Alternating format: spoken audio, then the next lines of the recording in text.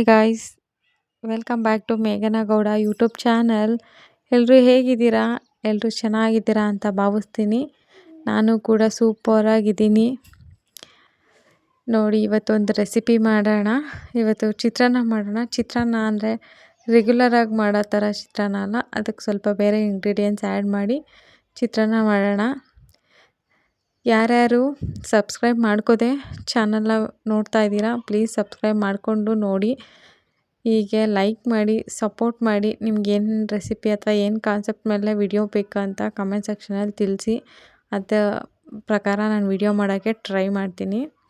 ನೋಡಿ ಏನೇನು ಬೇಕು ಅಂತ ನೋಡ್ಕೊಳ್ಳೋಣ. ಕೊತ್ತಂಬರಿ ಸೊಪ್ಪು, ಕರಿಬೇವಿನ ಸೊಪ್ಪು, ಕಾಯಿ ತುರಿ, ಈರುಳ್ಳಿ, ಕ್ಯಾಪ್ಸಿಕಮ್ಮು, ಒಂದು ಕ್ಯಾರೆಟ್ ತುರಿದಿಟ್ಕೊಂಡಿದ್ದೀನಿ, ಒಂದು ಕ್ಯಾಪ್ಸಿಕಮ್ಮು, ಹಸಿರು ಮೆಣಸಿನ್ಕಾಯಿ, ನಿಂಬೆಹಣ್ಣು ಜ್ಯೂಸು, ಕಡಲೆ ಬೀಜ, ಕಡಲೆಬೇಳೆ, ಒಗ್ಗರಣೆಗೆ ಹೆಸ್ರುಬೇಳೆ, ಆಮೇಲೆ ಸ್ವಲ್ಪ ಸಾಸಿವೆ ಹಾಕ್ಕೋಬೇಕು.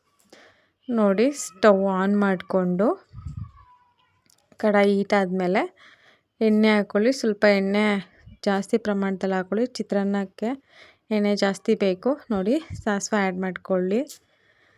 ಎಣ್ಣೆ ಕಾದ್ಮೇಲೆ ಸಾಸಿವೆ ಆ್ಯಡ್ ಮಾಡ್ಕೊಳ್ಳಿ. ಸಾಸಿವೆ ಎಲ್ಲ ಚಟಪಟ ಅಂತ ಹೇಳಿದ್ಮೇಲೆ ಆಮೇಲೆ ಕಡಲೆ ಬೀಜ ಹಾಕ್ಕೊಂಡಿದ್ದೀನಿ. ಕಡಲೆ ಬೀಜ ಸ್ವಲ್ಪ ರೋಸ್ಟ್ ಆಗಲಿ.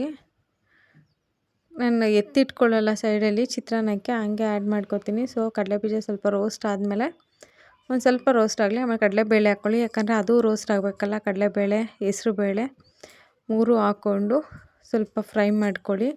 ಅದೆಲ್ಲ ಗೋಲ್ಡನ್ ಬ್ರೌನ್ ಥರ ರೋಸ್ಟ್ ಆದಮೇಲೆ ನೆಕ್ಸ್ಟು ಮೆಣಸಿನ್ಕಾಯಿ ಆ್ಯಡ್ ಮಾಡ್ಕೊಳ್ಳಿ.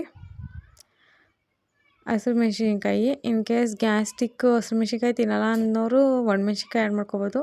ಆಲ್ಮೋಸ್ಟ್ ಚಿತ್ರಾನ್ನಕ್ಕೆ ಹಸಿರು ಮೆಣಸಿನ್ಕಾಯಿ ಆ್ಯಡ್ ಮಾಡ್ತಾರೆ. ನೋಡಿ, ಹಸಿರು ಮೆಣಸಿನ್ಕಾಯಿ ಎಲ್ಲ ಫ್ರೈ ಆದಮೇಲೆ ಸ್ವಲ್ಪ ಆನಿಯನ್ ಹಾಕ್ಕೊಂಡು ಫ್ರೈ ಮಾಡ್ಕೊಳ್ಳಿ. ಆನಿಯನ್ ಎಲ್ಲ ಸ್ವಲ್ಪ ಟ್ರಾನ್ಸ್ಪರೆಂಟ್ ಥರ ಆದಮೇಲೆ ಕರಿಬೇವಿನ ಸೊಪ್ಪು ಹಾಕ್ಕೊಂಡಿದ್ದೀನಿ.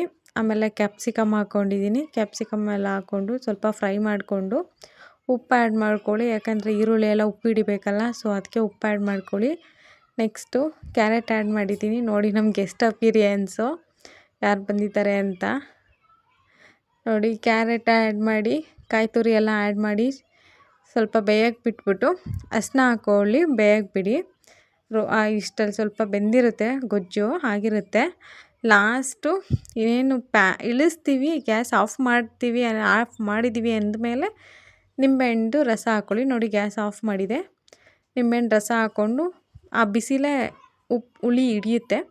ಮುಚ್ಚಿಟ್ಬಿಡಿ ಒಂದು 2 ನಿಮಿಷ. ಆಮೇಲೆ ಮಾಡಿರೋ ಅನ್ನ ಹಾಕ್ಕೊಂಡು ಮಿಕ್ಸ್ ಮಾಡ್ಕೊಳ್ಳಿ.